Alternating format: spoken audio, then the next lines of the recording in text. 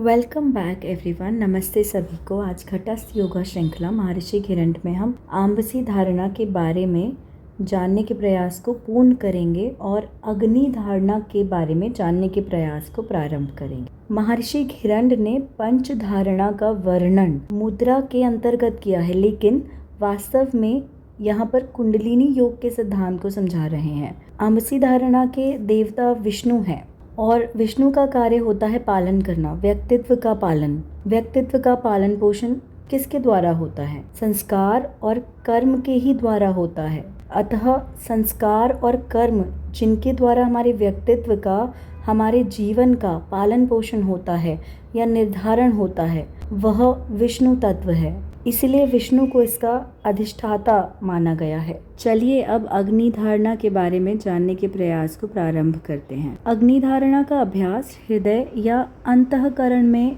करना होता है। जब भी यह अभ्यास सिद्ध होता है तब काल का भय नहीं रहता, अग्नि तत्व की सिद्धि प्राप्त होती है। इसे वैश्वानर धारणा भी कहते हैं। यदि साधक अत्यंत प्रज्वलित अग्नि में भी घुस पड़े तो भी अग्नि उसकी हानि नहीं करती और साधक मृत्यु पर विजय प्राप्त करता है। कुंडलिनी योग में मान्यता है कि शरीर के भीतर प्राण के 3 मुख्य केंद्र हैं। पहला केंद्र है मूलाधार, जहाँ पर प्राण की उत्पत्ति होती है। दूसरा केंद्र है मणिपुर, जहाँ पर प्राण को संचित किया जाता है। और तीसरा केंद्र है आज्ञा चक्र, जहाँ पर प्राण का वितरण होता है। योग में एक विद्या है जिसका नाम है प्राण विधा। यही सिद्धांत प्राण विधा की सिद्धि में अपनाया जाता है। प्राण विधा प्राणिक उपचार पद्धति है। यदि शरीर का कोई अंग व्याधि से पीड़ित हो तो केवल प्राण के संचार से ही उस अंग को स्वास्थ्य प्रदान किया जाता है।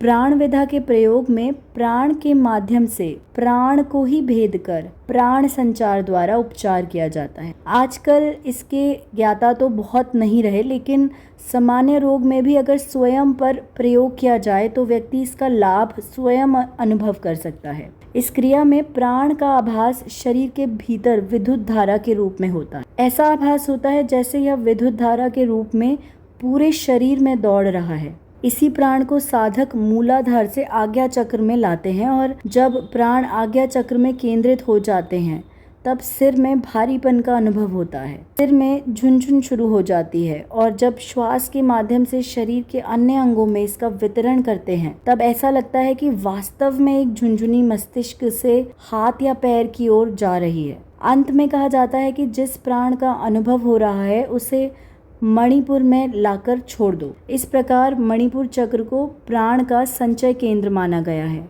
इस ऊर्जा या शक्ति का प्रतीक सूर्य देवता हैं। ईष्ट रुद्र हैं, शिव के रूप में हैं, लेकिन रुद्र का मतलब होता है रौद्र रूप धारण करने वाला। प्राण शक्ति जब तक हमारे नियंत्रण में ना हो तब तक उसका रूप रौद्र रहता है। बहुत से लोग जब अपने भीतर प्राण को जागृत करते हैं तब यह शक्ति एक प्रचंड अग्नि का रूप ले लेती है। यहाँ तक सुनने के लिए धन्यवाद। अब कल जारी रखेंगे।